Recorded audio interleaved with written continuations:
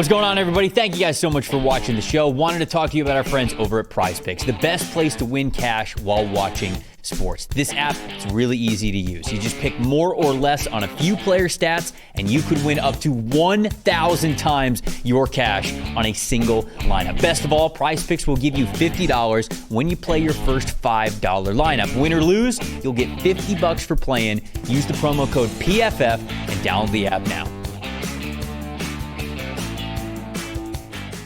Carolina Panthers, they're on the clock now. What are we thinking here? Do we think it is defense? Do we think they could be tempted by a Tetairoa McMillan? I would be tempted by a Tetairoa McMillan. I think Bryce Young is missing that level of weapon, but I think it's most likely going to be a defensive player, and I may or may not have Well, you're wrong. You're dead wrong, brother. You're dead wrong. The Temptations were right. Damn. God. The betting odds for Tetairoa McMillan swung greatly in the direction of him being the pick for the Carolina Panthers at number 8 like an hour ago. And it was to the point where I think he fell from plus 1,300 to be the pick at number 8 down to like plus 100. Like insane level of switch up for him an hour to go until the draft. And you knew that wasn't just coming out of nowhere. And so the Carolina Panthers do in fact pick Tetairoa McMillan here at number 8 overall. A weapon for Bryce Young, and I've got to tell you guys, I absolutely love it. This is a player who I have loved throughout the entire draft process. He is a top 5 player on my board. I was never worried about it. And specifically for the Carolina Panthers, this allows the entire rest of that receiver room to be put in places to succeed. You no longer have to try to get wide receiver 1 production out of Xavier Legette. He can instead be somebody that you put in a Z, in the slot. You could have him be on the sideline, certainly, but you could put these two guys out there as contested catch monsters. You can allow Adam Thielen to just be a slot receiver. He doesn't have to be too much more now that he's a little bit longer in the tooth and a little bit older. You can let Jalen Coker be a great short and intermediate weapon for you. That was a great find for them last year as an undrafted free agent. It opens things up for a great receiver and athlete in Jatavian Sanders at the tight end position. So this is one that pre-draft I felt like we were not talking about enough.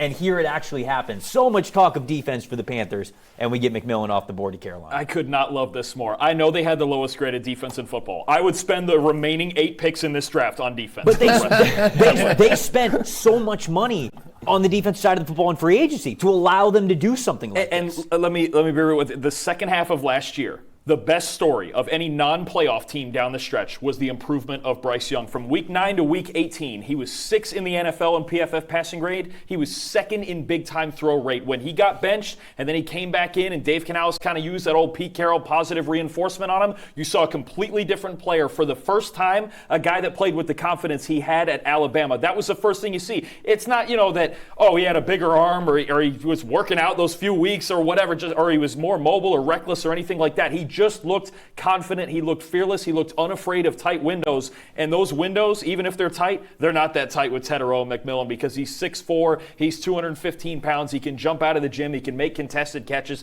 The highest graded receiver over the last 2 years in college football on 10-plus yard targets. The Panthers are trying to get vertical, and for as much as they need defense, they need to continue to build around the guy they took first overall 2 years ago. Chris, you were saying a couple of minutes ago that Tet could potentially have a fall. I agree with you. If he wasn't going to go here at 8, he might have dropped to the Cowboys at 12 or maybe even further than that. You're a wide receiver guy. You watch these wide receivers. What'd you think about that? Well, and I played this position. It's the X position, so having some size actually helps. And when you looked at this draft of receivers, it was Tet McMillan, could be an X.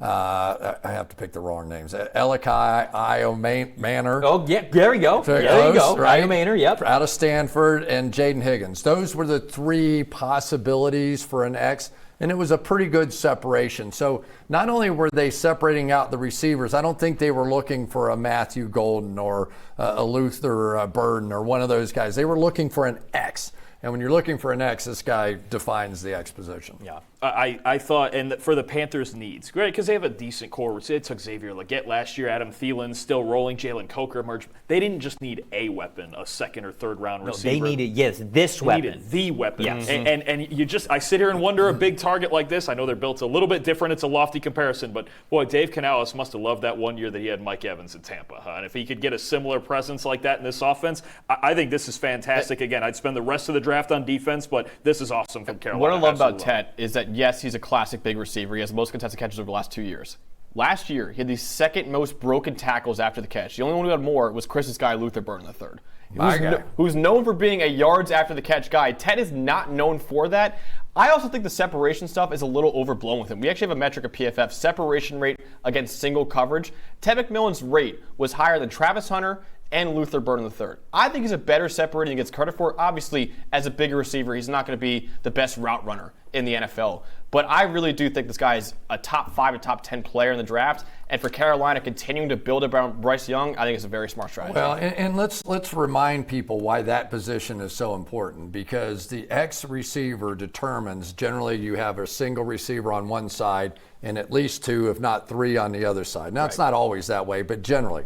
So if that X receiver grabs the attention of the defense enough to draw the safety his way, the great X receivers can force the help of the safety. Now you've got 3 receivers going down the field against 2 deep secondary. You've got to run linebackers out of there.